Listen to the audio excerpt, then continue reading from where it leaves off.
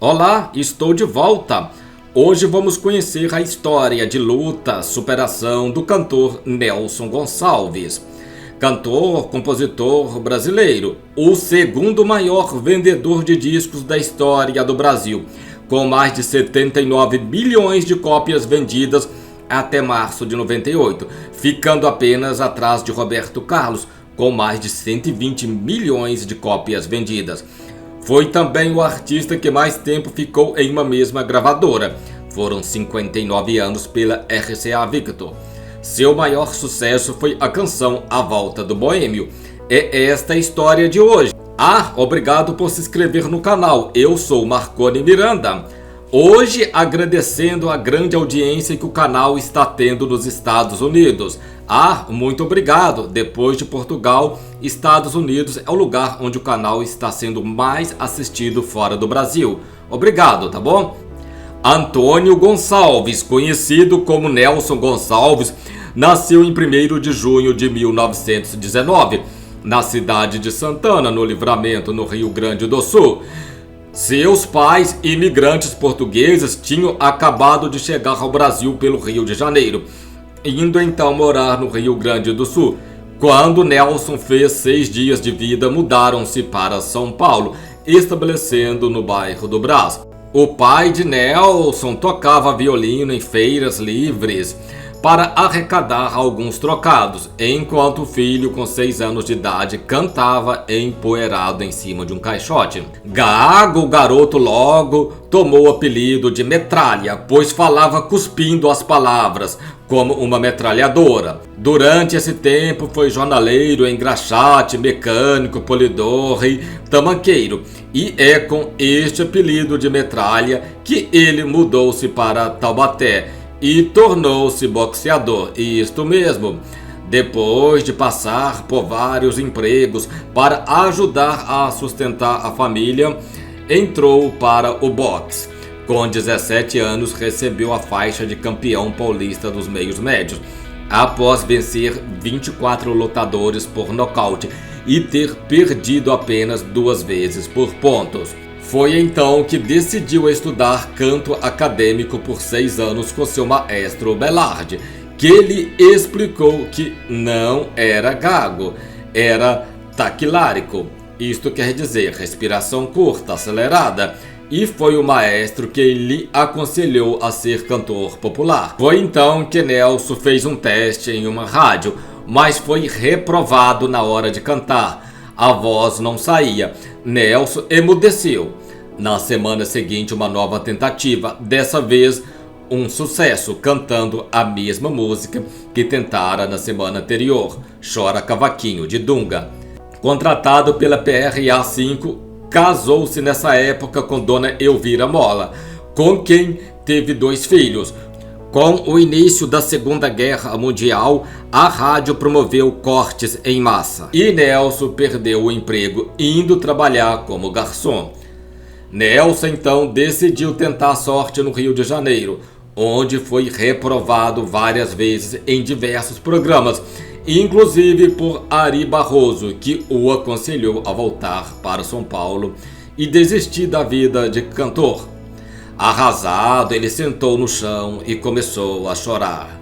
Nelson então voltou para São Paulo, onde conseguiu um convite para gravar uma valsa de Orlando Monella e Oswaldo França. Com a aprovação da gravação, voltou até o Rio e mostrou o trabalho para RCA Victor. Foi contratado imediatamente. Nelson, nessa época, estava passando por uma situação difícil, depois de várias vezes tendo sido reprovado em várias rádios. Mal tinha dinheiro para se alimentar. Depois dessa gravação, o sucesso foi um estouro.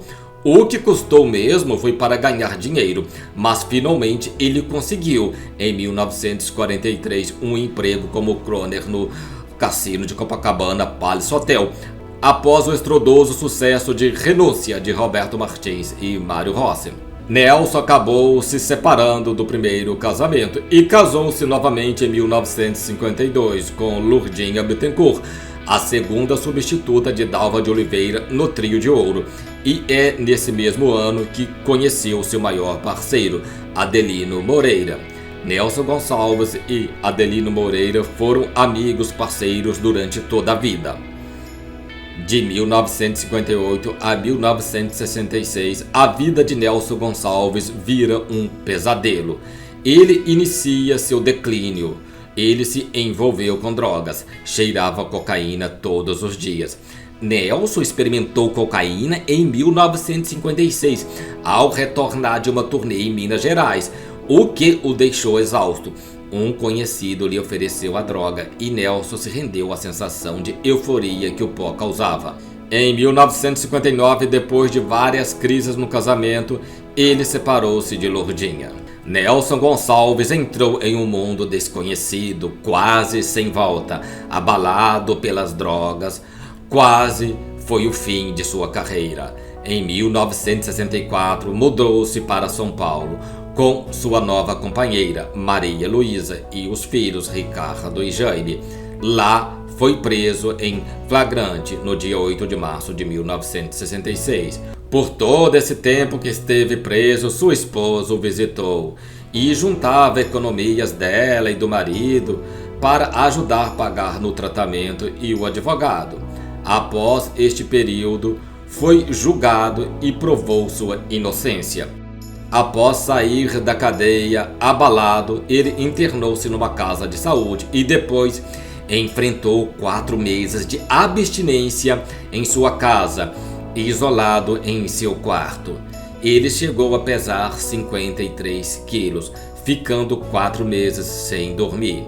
Deixou a cocaína, mas não conseguiu deixar o vício do cigarro, que possivelmente afetou seu sistema respiratório e lhe causou 2 infartos, o último definitivo. Nelson Gonçalves, depois de muita luta, conseguiu abandonar de vez o seu vício, sempre com o apoio de sua mulher e de seus filhos. Totalmente recuperado, retomou sua carreira, cada vez mais bem-sucedida.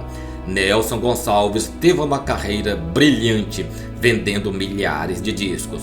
Sem gravar desde 1968, finalmente a RCA o chamou para gravar um disco em 1971. Daí para frente, Nelson foi juntando seus pedaços, reestruturando, tomando o respeito do seu público. Nos anos 80, gravou com a nova geração da MPB e nos anos 90 com diversos grandes nomes do rock nacional. Nelson, em uma entrevista, disse que quando esteve preso, nenhum amigo artista o foi visitá-lo, apenas Adelino, seu grande parceiro. Esta é o exemplo que quando você está da pior, os amigos fogem. Nelson Gonçalves vendeu milhares de cópias, como disse, sendo o segundo maior vendedor de discos da história, vendendo mais de 79 milhões de cópias, perdendo apenas para o rei Roberto Carlos. Vale lembrar que Nelson Gonçalves não teve a jovem guarda, nem a mídia para poder impulsionar sua carreira. Nelson Gonçalves faleceu no dia 18 de abril de 1998, aos 79 anos, em decorrência de um infarto agudo do miocárdio, no apartamento de sua filha Marilene, no Rio de Janeiro, enquanto a visitava.